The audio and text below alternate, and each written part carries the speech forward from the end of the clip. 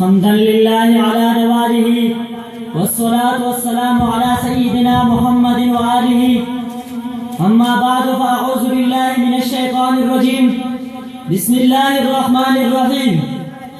قال الله تعالى في القرآن المجيد والفرقان الحميد: اليوم أكملت لكم دينكم وأتممت عليكم نعمتي ورضيت لكم الإسلام دينا. جناب صدر ذی وقار اور میرے انتہائی معزز علماء کرام اور طلاب اعظام، آج میں جس موضوع سخن کا سہارا لے کر حاضر ہوا ہوں وہ موضوع ہے اسلامی سیاست کا تصور. سامعین محترم، اسلام ایک کامل دین اور کامل اور مکمل ضابطۂ حیات ہے، اور ایک کامل اور مکمل ضابطۂ حیات ہونے کے ناطے اسلام نے زندگی کی کسی بھی میدان میں انسان کو محض عقل کے رحم و کرم پر نہیں چھوڑا، بلکہ زمانے کے احوال، ظروف اور زمینی حقائق کا ادراک کرتی ہوئی انسان کو ایک ایسے نظام حیات دیا ہے جو دنیاوی اوپری ہر معاملات میں انسان کے رہنمائی کرتا ہے، اور یہ نظام قیامت تک ہر دور، ہر خطے، ہر معاشرے کی فطری تقاضوں کا عین موافق ہے، اور یہی اسلام کے کامل و مکمل ہونے کی دلیل ہے. اور خاتم الانبیاء صلی اللہ علیہ وسلم نے اس کی تشریح کر کی سارے عالمی انسانیت کے سامنے اسلامی سیاست و ریاست کا تصور پیش کیا. سامعین محترم، آج کی مروجہ سیاست کی خلاصہ تین چیز ہے: زمین، زر، اقتدار. لیکن جب میں اسلامی تعلیمات اور جناب رسول اللہ صلی اللہ علیہ وسلم کی زندگی پر نظر دوڑاتا ہوں تو مجھے وہ سیاسی رہنمائی ملتی ہے جس کی دنیا میں کوئی بھی نظام اور کوئی بھی شخصیت نظیر لانے سے قاصر ہے. چنانچہ آپ صلی اللہ علیہ وسلم نے مدینہ ہجرت فرمائی تو سب سے پہلے انصار و مہاجرین میں مواخات کا رشتہ قائم کیا، جس سے وہ بائی بائی بن گئی. مدینہ منورہ کی دفاع خسائی کو مضبوط کرنے کے لیے مدینہ کی اہل سے معاہدہ کیا، کیونکہ آپ صلی اللہ علیہ وسلم کو پورا یقین ہو چکا تھا کہ قریش مکہ مسلمانوں کی بڑھتی ہوئی شان و شوکت کو گھٹانے کے لیے مدینہ منورہ پر حملہ ور ہو سکتی ہے. اس کی وجہ سے آپ صلی اللہ علیہ وسلم نے مدینہ کی یہود سے معاہدہ کیا. سن 6 ہجری کو آپ صلی اللہ علیہ وسلم نے کفار کے ساتھ صلح کیا، جس کی روح سے قریش مکہ کی 19 سال کی کشمکش کی بعد پہلے دنوں عرب کی مندی و سیاسی زندگی میں مسلمانوں کی خطیت کو تسلیم کیا. سرسری نگاہ دیکھنے سے صلح سے خیال پیدا ہوتے کہ نبی کریم صلی اللہ علیہ وسلم کفار سے دب کر صلح کی، لیکن تدبر کی عین لگا کر اگر ذرا دقت نظر سے دیکھا جائے تو اس میں مسلمانوں کی کامیابی کا پہلو نظر واضح آتے، کیونکہ اسی کے ذریعے مسلمانوں نے کفار قریش سے کعبہ کی زیارت کرنے کا اپنا مذہبی حق حاصل کیا، اور رسول صلی اللہ علیہ وسلم کی دور اندیشی کا اندازہ ایسے سے لگایا جس کی صلح کی شرائط کی روح سے مسلمان چھوڑ کے مدینہ نہ جا سکتے تھے، تو مکہ کے اندر ان کی تبلیغی محنت کی وجہ سے حضرت خالد ابن ولید جیسی شخصیت سمیت کئی لوگ مسلمان ہو گئے. یہ نبی کریم صلی اللہ علیہ وسلم کی سیاسی زندگی تھے، لیکن ذرا حضور صلی اللہ علیہ وسلم کی تربیات زندگی پر نظر، صحابہ کرام کی زندگی پر نظر دوڑائے کہ انہوں نے اس بساطی سیاست میں کیسے کیسے مینار قائم کی جو شاہ راہ حیات مسافروں کے لیے کندیل اور ایمانی کا کام دیتا ہے. چنانچہ حضرت ابوبکر صدیق رضی اللہ عنہ نے اپنے خلافت کی باغ دور سنبھالنے کے بعد سب سے پہلے اپنی سیاسی فیصلہ حضرت اسامہ بن زید کی لشکر کو روانگی کے شکل میں صادر فرمایا، کیونکہ لشکر آپ کی وفات پر منتشر تھا. حضرت ابوبکر صدیق نے لشکر کو جمع کر کی مہم کی سرگوبی کے لیے حضرت اسامہ بن زید کی سربراہی میں روانہ کیا، اور تدبیرانہ فیصلے کا نتیجہ یہ نکلا کہ کیسری روم جو مسلمانوں پر حملہ کرنے کے لیے تیار بیٹھا تھا وہ بدحواس ہو گیا، اور اس مہم نے رومیوں اور بابیوں پر مسلمانوں کی داغ بٹھا دی.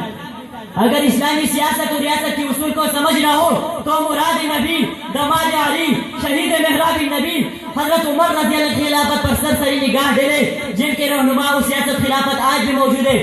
وہ عمر جس نے سب سے پہلے عدالت قائم کر کی، اس میں قاضی مقرر کی، جس نے سب سے پہلے پولیس محکمہ اور فوج چونیاں قائم کی، جس نے نماز تراویح جماعت قائم کی، جس نے نماز جنازہ میں 4 تکبیروں پر تمام لوگوں کا اجماع قائم کیا، جس نے یہودیوں اور عیسائیوں کو جزیرہ عرب سے باہر نکال دیا. ہاں وہ عمر جس کے بارے میں یہود نے لے کر نے کہا تھا اگر عمر صرف مزید سال چند زندہ رہتے تو پوری دنیا پر اسلام کا جھنڈا لہراتا.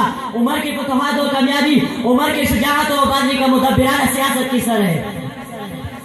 جلالے بچاری ہو کے جمہوری تماشا، جلالے بچانے ہو کے جمہور تماشا، جدا ہو دین سیاست سے تو رہ جاتی ہے چنگیزی۔ سامعین محترم، جب قوموں پر سوال آتا ہے تو پھر زوال کسی ایک شعبہ و طبقہ تک محدود نہیں رہ سکتا، بلکہ زندگی کی سارے شعبے اس کی زد میں آ جاتی ہے، افکار و خیالات میں جمود پیدا ہوتا ہے۔ چنانچہ امت مسلمہ نے جو زوال کا لمبا عرصہ گزارا ہے اس نے زندگی کی تمام شعبوں کو متاثر کیا ہے۔ چنانچہ آج چند علیحدہ بدین لوگ اسلام کی نور سے بدہضمی کا شکار ہونے والے اسلام سے پھر یہ راگ الٹنے لگی ہے کہ اسلام کی پاکیزہ نظام سیاست و ریاست بالکل یہ ناکام ہو چکا ہے۔ لہذا آج ایک مرتبہ پھر اسلام کی سیاستی و ریاستی نظام کو چار دانگ عالم میں پلانے کی ضرورت ہے، کیونکہ جو صاف و شفاف نظریات سیاست اسلام ہم میں مہیا کرتا ہے وہ اور کوئی نظام مہیا نہیں کر سکتا۔ میں اپنا تقریر اس شعر سے اختتام کروں گا۔ بازو تیرا توحید کی قوت سے قوی ہے، بازو تیرا توحید کی قوت سے قوی ہے، اسلام تیرا دین ہے تو مستفی ہے۔ نظارے درینا زمانے کو دکھا دے، نظارے درینا زمانے کو دکھا دے، اے مستفی خاک میں ہر بت کو ملا دے، وما علینا الا البلاء المبین۔ صلی علی رسولہ الکریم، اما بعد، اعوذ باللہ من الشیطان الرجیم، بسم اللہ الرحمن الرحیم۔ قال انی جاعلک للناس اماما، صدق اللہ العظیم۔ سدا ہم رہیں گے وطن کے نگہبان، سدا ہم رہیں گے وطن کے نگہبان، وطن اپنا کعبہ، وطن اپنا ایمان۔ یہ پربت یہ جھرنے اشجار اس کے، یہ پربت یہ جھرنے اشجار اس کے، یہ جنگل صحرا یہ گلزار اس کے۔ کسی کو بھی رونق مٹانے نہ دیں گے، کسی کو بھی رونق مٹانے نہ دیں گے، وطن پر کبھی آنچ آنے نہ دیں گے۔ صدر ذی وقار، قابل صد احترام اساتذہ کرام، معزز سامعین اور میرے ہم سفر ساتھیوں، السلام علیکم ورحمۃ اللہ وبرکاتہ۔ آج میری تقریر کا عنوان ہے دینی مدارس کا استحکام پاکستان میں کردار۔ سامعین مکرم، خیر القرون کے بعد دشمنان اسلام نے قرآن تعلیمات و پیغمبری نشانات و سنت مٹانے کے لیے دجل و فریب کے مختلف طریقے استعمال کیے۔ مسلمانوں کو گمراہ کرنے کی ہر ممکن کوشش کی گئی، جس کے نتیجے میں مسلمان متحدہ امت کے بجائے مختلف فرقوں میں بڑھ گئے۔ بعض خواہش پرست حکمرانوں کی پشپناہی سے اسلامی حکومت کو مسخ اور ملامت کرنے کی بھی کوشش کی گئی، لیکن علماء ربانی کی ایک جماعت نے ان حالات کو بانٹتے ہوئے اسلام کی حفاظت کی ذمہ داری اپنے سر پر لے کر درس و تدریس کا سلسلہ شروع کیا۔ مسجد اور خانقاہوں کو اس مقصد کے لیے استعمال کیا گیا، چنانچہ ہر دور میں اسلام کی تعاون سے مدارس کا قیام عمل میں لایا گیا۔ 1857 کی جہادی حریت میں ہمارے نامور علماء نے بڑھ چڑھ کر حصہ لیا اور ہندوستان کو غیروں کی غلامی سے آزاد کرنے کی بھرپور کوشش کی، لیکن اس تحریک انقلاب میں ناکامی کے بعد مسلمان دو حصوں میں بٹ گئے۔ ایک گروہ تو برطانوی حکومت کا گرویدہ تھا، جس نے مغربی تہذیب و تمدن معاشرت کی دعوت دی اور اپنا مرکزی گڑھ بنایا، جس کے سربراہ سر سید احمد خان تھے۔ دوسرا گروپ جس نے ہندوستان میں برطانوی حکومت کے خلاف آواز اٹھائی اور اسلام